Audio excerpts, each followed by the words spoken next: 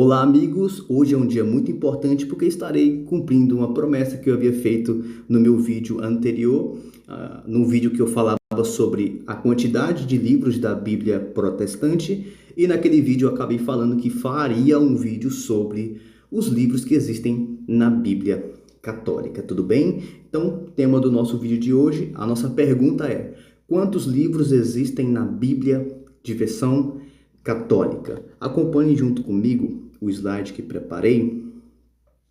Isso, leia o bloco 1 comigo e depois leremos o próximo. O primeiro diz: o Antigo Testamento católico possui 46 livros. A explicação para a existência de 7 livros, esse aqui é um dado muito importante, porque, gente, é muito bom explicar isso aqui. Se você está chegando, está conhecendo a Bíblia agora, ou a teologia,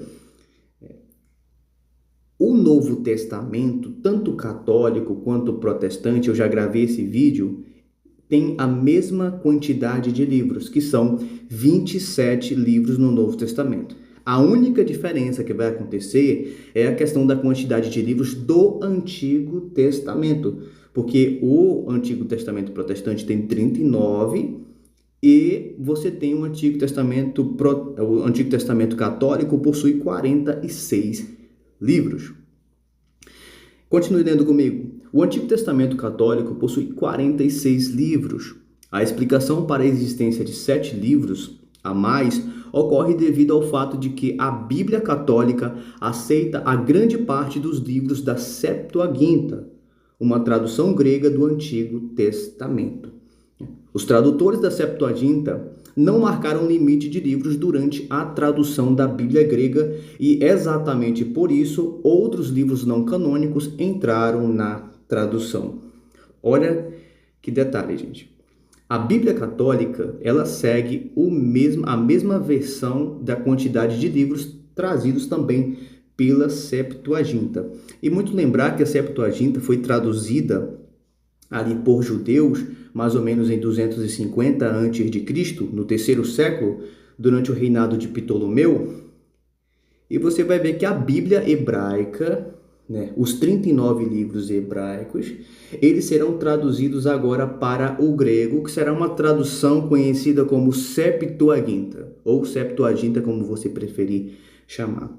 Só que nessa tradução, eles não vão ter um cuidado sobre o limite de livros que entraria nessa tradução. Então, historicamente falando, o que eu falo é um dado histórico, arqueológico, realmente teológico, tá bem? Então, isso aqui não estamos inventando, é dado realmente histórico e sério. Se as pessoas querem questionar isso, questione a história, tá bem? E essa Septuaginta trouxe alguns livros a mais, tudo bem? Porque o objetivo da Septuaginta era traduzir o Antigo Testamento, mas também traduzir algumas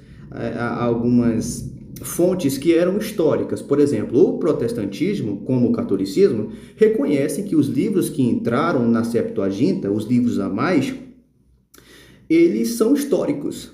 Porém, a diferença vai acontecer porque o protestante vai olhar para esses livros e vai dizer: olha, isso aqui não fazia parte do Antigo Testamento hebraico.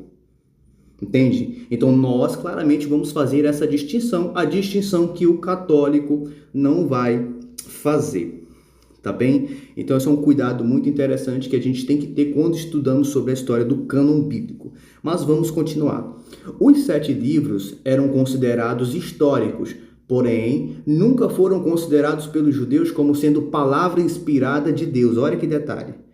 A comunidade judaica nunca reconheceu esses 7 livros a mais como sendo inspirados por Deus. Na tradução, umas grandes traduções católicas, feitas por São Jerônimo, a Vulgata Latina, ele vai acabar traduzindo esses livros, ele vai acabar traduzindo os 39 mais os 7, mas ele vai acabar tendo um cuidado e colocando uma nota falando que não se deve tirar doutrina de dentro desses 7 livros. E interessante porque ele vai ser chamado de apócrifo devido ao fato de que é um livro que é um pouco obscuro em questão de suas doutrinas, tá bom? Alguns desses livros ensinam que anjos mentem, então são questões bem complicadas e que claramente contradizem o texto bíblico. Então, se a Bíblia está se contradizendo com estes 7 livros a mais, então nós temos um problema aqui, tá bem? Mas vamos continuar.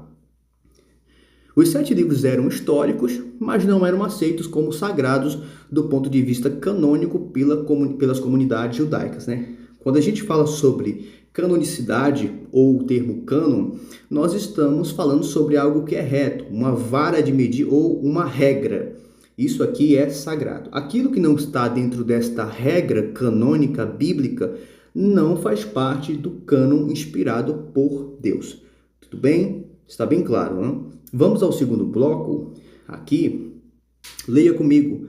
Com base nas evidências históricas, o Antigo Testamento católico segue a mesma base da tradução grega, que é, como nós lemos, a Septuaginta do Antigo Testamento, e são chamados de deuterocanônicos. Os católicos chamam estes 7 livros a mais de deuterocanônicos, porque significa uma segunda fase de livros inspirados. Os católicos também reconhecem que esses 7 livros a mais não estavam na Bíblia hebraica. Não estavam lá. Mas a partir da tradução da Septuaginta, que não tomou o cuidado de marcar a limitação daquilo que era canônico, acabou trazendo alguns livros históricos que foi deixado ao longo do tempo, e quando a Igreja Católica ela entra com o desenrolar dos séculos, ela vai acabar deixando, não, já está por aí, deixa aí mesmo. E as traduções posteriores que vão havendo de traduções católicas vão acabar trazendo esses 7 livros a mais. Tudo bem? Mas vamos continuar. Os 7 livros a mais da Bíblia Católica são considerados pelos protestantes, pelo protestantismo, como apócrifos. Lembra? Obscuro, de difícil interpretação. Até porque ele contradiz a Bíblia Sagrada, né? Como apócrifos, ou seja, livros não inspirados por Deus.